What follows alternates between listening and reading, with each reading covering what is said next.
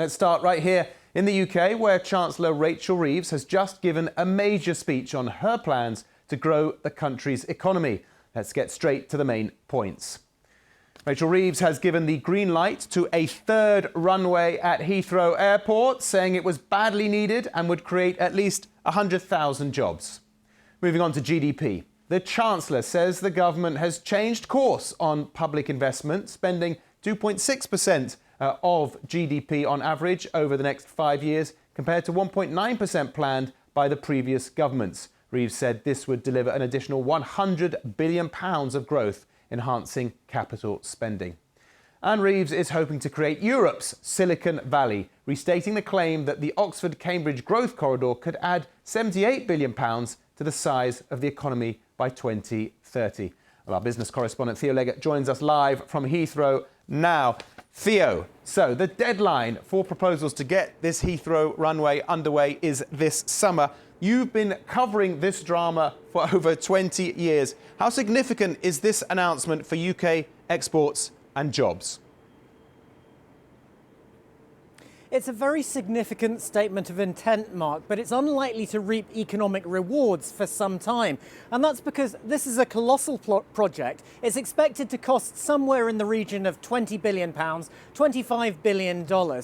It requires an awful lot of work, including the destruction of some 750 houses, a motorway being put into a tunnel, the construction of a new terminal, and of course the new runway as well. And those proposals in the summer, they're just going to be the start. After that, there's a whole planning procedure to be gone through, and then there may be legal challenges which could cause further delay. And then once you get spades in the ground, well, it's about a 7-year project. So this is a powerful statement of intent about where the government wants to go and how it's open for investment and it's wanting to focus on growth and business, but the rewards are some way down the line. Yeah, I guess a 10-year-old today would only be able to land on that new runway when they were 20, for example. But do you think the Chancellor has underestimated the scale of the legal and environmental challenges you mentioned? I think she has to be very, very well aware of them because, as you said in your introduction, this project has been on the table for the best part of 2 decades. A previous Labour administration in 2009 threw its weight behind a third runway at Heathrow. Nothing happened. There was an Airports Commission in 2015 that recommended a third runway at Heathrow as the solution to congestion in Britain's skies and on the ground, but nothing's happened. It's been official government policy in Britain through what's called the Airports National Policy Statement since 2018, but nothing's happened. And all the way through this, there have been legal challenges, including one to the Supreme Court brought by environmentalists. And the environmental argument is a very powerful one, that you shouldn't be encouraging the expansion of aviation at a time when you're trying to cut emissions and meet a net zero target of 2050. So it's impossible that the Chancellor doesn't know the kind of opposition she's going to face and the kind of legal hurdles that are going to have to be gone through. And that's what makes it, if you like, a powerful statement. She's saying there's been failure in the past. This proposal has been on the table for a very long time. Now she thinks she's going to get down and get it done. All right, Theo Leggett, live in Heathrow. Thank you.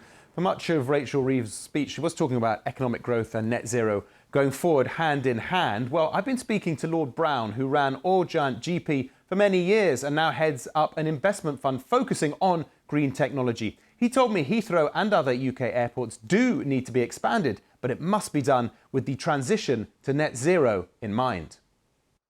So you clearly need to increase infrastructure, and that would mean increasing the scope and scale of Heathrow, provided that all the infrastructure around it is commensurately upscaled. You can't have an airport not connected properly to the rest of the country. So I think that is very important indeed. I think aviation as a whole is going to undergo several different transformations, probably in the next 30 to 50 years. I very much hope that we can engineer fuels that the aeroplanes can use long haul, which have low carbon or zero carbon. The so-called sustainable aviation fuels, the way they're made at the moment, it cannot be scaled up properly. There has to be some breakthroughs, and that's the sort of thing that the UK could work on. More on that interview with Lord Brown on Talking Business this weekend here on BBC News. Well, sticking with the Chancellor's speech, we're now joined by Jordan Cummins, Chief Policy and Campaigns Officer at the CBI. Great to have you back, because this morning, Jordan, you were telling us that you were looking for big, bold signals for UK business and overseas investors from this very speech. Did you get them? I think so. You know, if you think about what the Chancellor stood up and said, now is the time for growth to become the absolute central priority for this government. And I think, you know, this element of bravery, it's important to take net zero into consideration. Absolutely. No one is suggesting that you wouldn't. But knowing that the government really wants to go further and faster, I think the best things to reach for are those big, big signals. And, you know, Heathrow is just one of those. But it definitely shows the ambition of this government to be brave on growth. What was the thing that stood out most for you in the speech then? When it came to Heathrow, we've just heard the London Mayor Sadiq Khan coming out against it. What stood out for you? Well, a mixture. You know, Heathrow is a big international signal. You know, it's our hub airport in the UK. And so, of course, that stood out.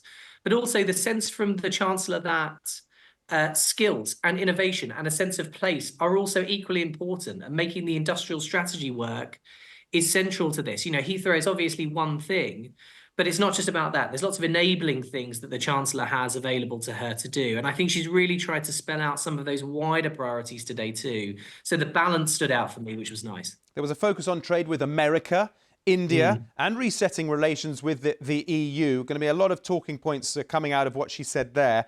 How did that go down, do you think, amongst your members? Well, this is one of the big questions for boardrooms right now, this triangulation between America, the EU and the UK, and where we get to on trade. Tariffs are the big thing in people's minds at the moment, but it goes way beyond that. And so I think this is going to be a long-term play across this year for the government. So the more they can roll the pitch on the fact that they are willing to roll up their sleeves and take some of these trade-offs perhaps that you might have between the US and EU seriously, that's what business leaders want to hear. They want to see government approach this in the same way as a business approaches it, with pragmatism and openness. And so I think that sense really came across. So that was nice to see from the Chancellor. Sounds like you're very happy with the change of tone. However, we saw the pound dip against major currencies as the Chancellor started speaking, suggesting a lack of confidence in the UK plans. Many of them, of course, were touted earlier before she started speaking. So she wants to kickstart economic growth, but it sounds like the rest of the world is quite dubious about her plans. Well, this is a tough gig, let's be honest. You know, running a country is difficult. And there's lots of levers available to the Chancellor. It's not all about kind of fiscal policy and industrial policy. Some of them are about signals to investors. Some of them are about stability in the regulatory system. You know, the basket of things that people look at in the UK for deciding to invest here. We are trying to bite them off one by one, and the government will know that they can't do it all at once. And pounds moving up and down, that happens on lots of different days for different reasons. And so I wouldn't want to be blown off of the growth course because of an individual forecast on an individual day. We should be tracking it over a period. And I think going forward, we will certainly be looking a lot more at the business investment rate. I think that's the one we need to be focused on. OK, Jordan Cummins, Chief Policy and Campaigns Officer at the CBI. Thanks for joining us.